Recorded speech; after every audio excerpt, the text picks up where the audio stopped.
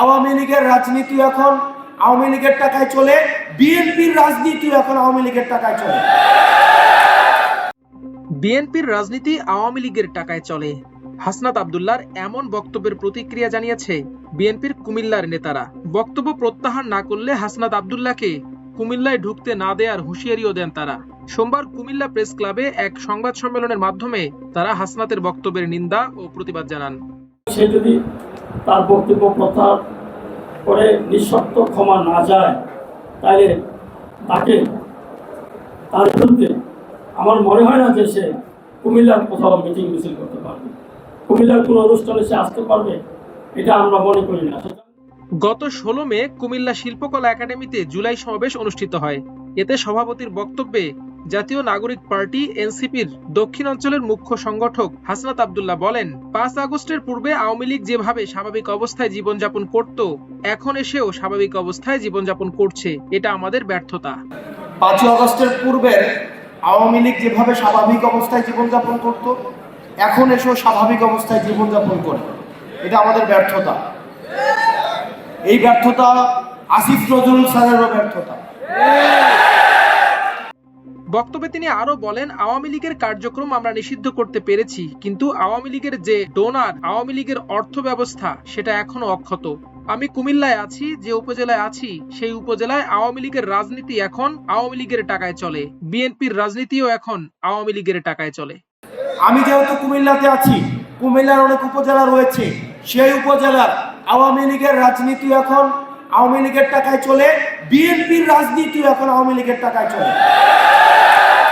হাসনাত আব্দুল্লাহর ওই বক্তব্যের প্রতিবাদে আজ সংবাদ সম্মেলনে লিখিত বক্তব্যে বিএনপির জাতীয় নির্বাহী কমিটির কুমিল্লা বিভাগীয় সাংগঠনিক সম্পাদক অধ্যক্ষ মোহাম্মদ সেলিম ভূঁইয়া বলেন, গত 16 মে কুমিল্লার একটি অনুষ্ঠানে এনসিপি নেতা হাসনাত আব্দুল্লাহ বলেছেন, কুমিল্লায় বিএনপির রাজনীতিবিদরা আওয়ামী লীগের টাকায় রাজনীতি করে। হাসনাত আব্দুল্লাহর বক্তব্য শিশু সুলভ। তিনি রাজনীতিতে অপরিপক্কতার কারণে শিশু সুলভ বক্তব্য দিয়েছেন। তার মানসিক চিকিৎসার প্রয়োজন বলে মনে করি।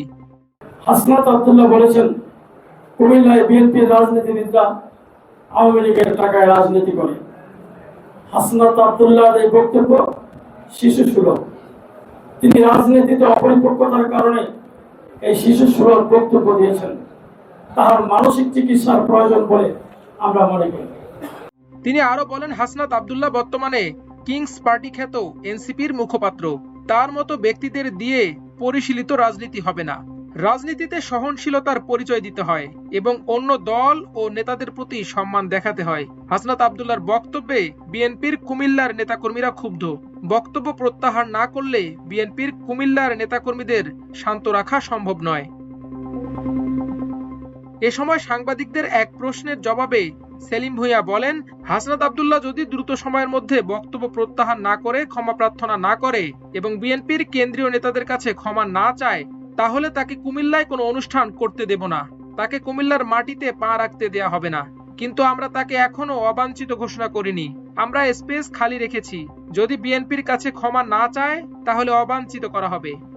এখানে কিন্তু ইঙ্গিত দেওয়া হয়েছে আমাদের নেতা কর্মীদের শান্ত রাখা যাবে না।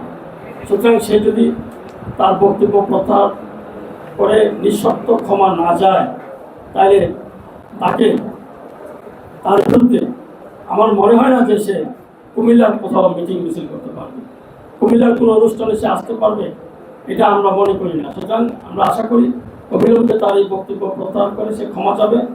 আমাদের কুমিল্লা, আমাদের বিএনপি শুধু কুমিল্লার রাজনীতিবিদের কাছে না, আমাদের একবারে কেন্দ্রীয়ভাবে বিএনপির কাছে তাকে নিঃশর্ত ক্ষমা চেতে হবে। লিখিত বক্তব্যে তিনি আরো বলেন, অন্তর্বর্তী সরকার এ সকল ছেলে মানুষী নেতাদের রাজনীতির মাঠে নামিয়ে সরকারকে বিতর্কিত করছে। সরকারের উচিত তাদের রাজনীতির মাঠ থেকে সরিয়ে একটি সুষ্ঠু ও অবাধ নির্বাচনের ব্যবস্থা করা। সরকার নির্বাচনকে যতই বিলম্বিত করবে, ততই দেশের জনগণের আস্থা হারাবে। জনগণ চায় নির্বাচন। এ সময় উপস্থিত ছিলেন কুমিল্লা মহানগর বিএনপির সভাপতি, দক্ষিণ জেলা বিএনপির সদস্য সচিব আশিকুর রহমান মাহমুদ ওয়াসিম সহ বিএনপির জেলা ও মহানগরের বিভিন্ন পর্যায়ের নেতাকর্মীরা। মাল্টিমিডিয়া ডেস্ক, আমার দেশ।